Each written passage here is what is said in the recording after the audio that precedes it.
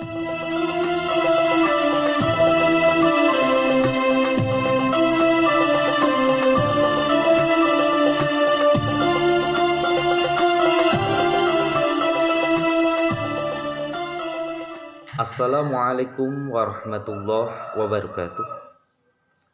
Alhamdulillahi rabbil alamin. Salatu wassalaman ala rasulillah. La nabiyya ba'dah, amma ba'du. Muslimin muslimat rahimakumullah. Pada kesempatan kali ini saya akan memberikan sebuah ceramah tentang keutamaan membaca Al-Quran.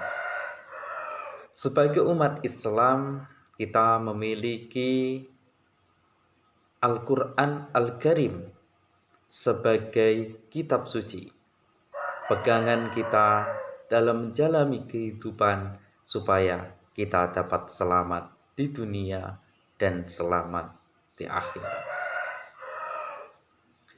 Allah Subhanahu wa ta'ala telah berfirman di dalam surah Al-Baqarah ayat 185. A'udzu billahi minasy syaithanir rajim. Bismillahirrahmanirrahim. Syahrul Ramadan alladzi unzila fihil Qur'ana hudal linnasi wa bayyinatin minal huda wal furqan. Faman syahida minkumusy syahra falyasum. Al-ayah. Shadaqallahul azim.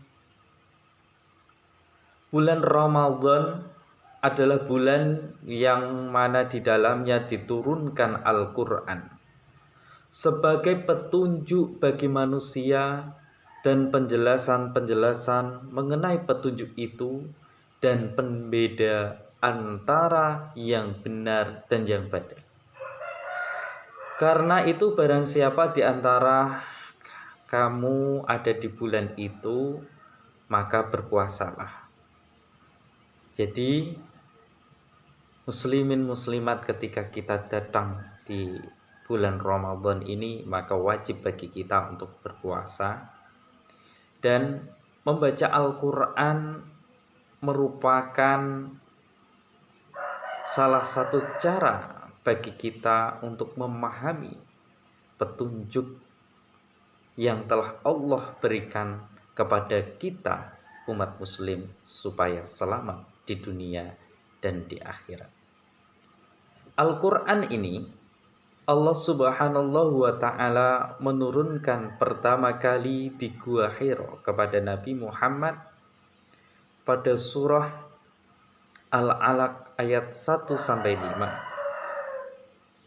yang dimana kita diwajibkan untuk belajar atau menuntut ilmu. Yang dilihat dari ayat pertama, Iqra bismi rabbikal ladzi khalaq. Bacalah dengan menyebut nama Allah yang menciptakan. Kita diminta untuk belajar, untuk membaca Al-Quran sebagai pedoman kita umat-umat muslim agar selamat di dunia dan di akhirat. Selain itu, keutamaan dalam membaca Al-Quran, Syekhul Islam Muhyiddin Abu Zakaria Yahya bin Syaraf An-Nawawi dalam kitabnya Riyadhus Shalihin membuat bab khusus tentang keutamaan membaca Al-Quran.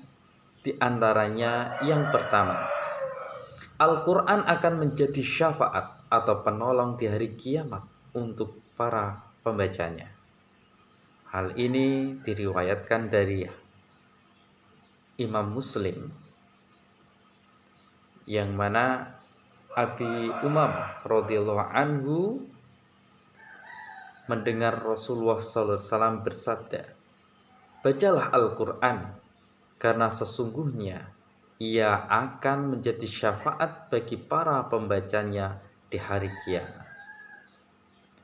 Yang kedua, orang yang mempelajari dan mengajarkan Al-Quran merupakan sebaik-baiknya manusia.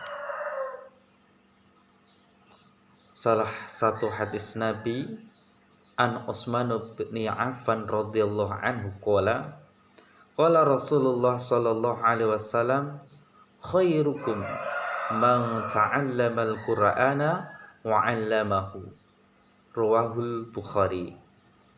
Dari Utsman bin Affan radhiyallahu an, Rasulullah sallallahu alaihi wasallam bersabda, sebaik-baik kalian adalah yang mempelajari Al-Qur'an dan mengajarkannya.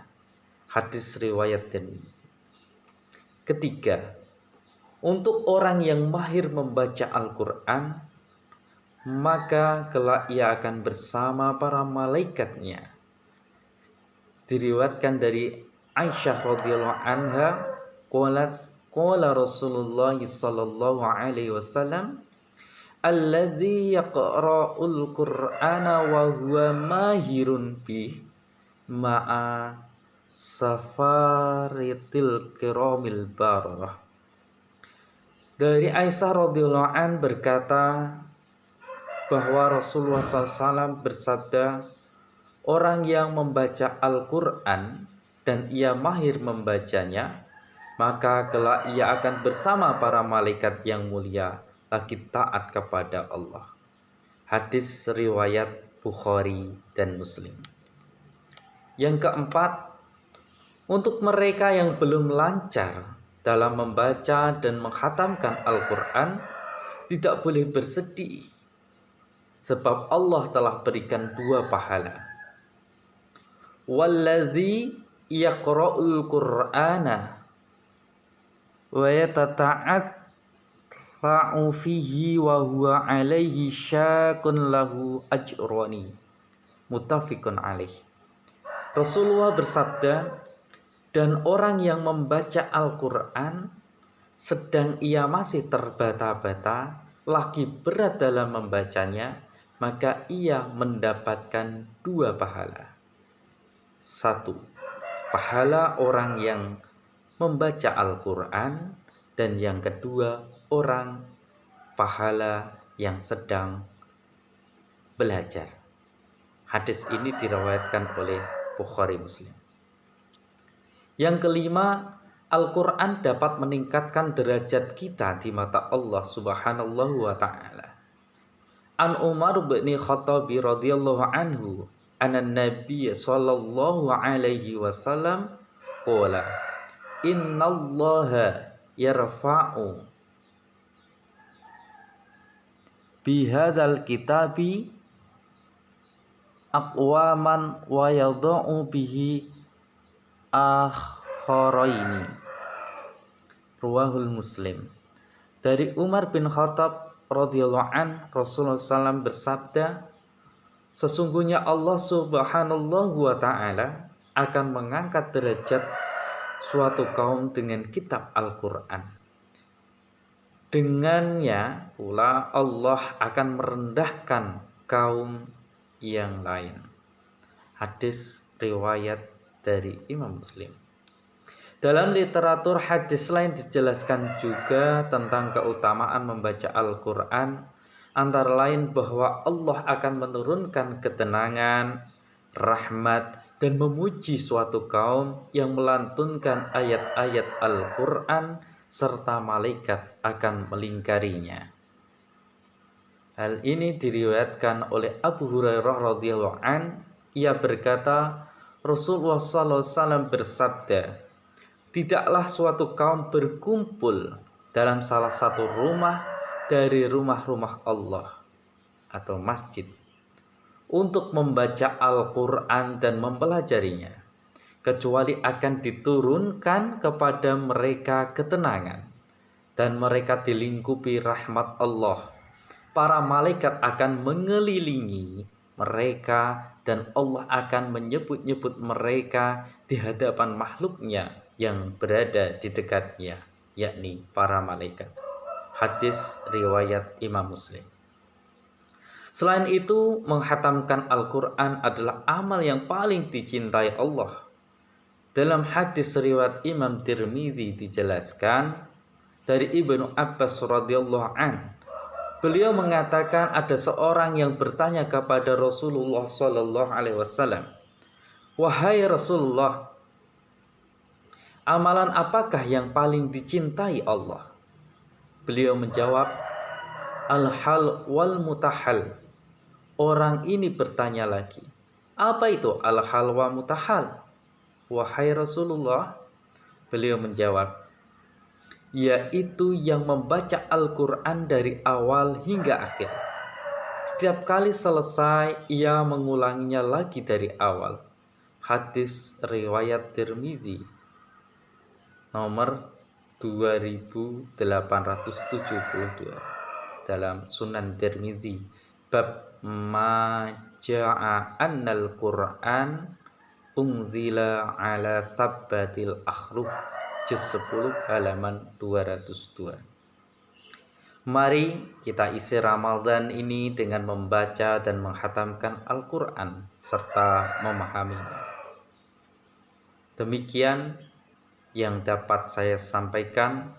Semoga kita menjadi orang-orang yang bisa dawam membaca Al-Quran, mempelajarinya, serta mentadaburinya dan mengamalkannya dalam kehidupan kita sehari-hari. Kurang lebihnya mohon maaf. Wassalamualaikum warahmatullahi wabarakatuh.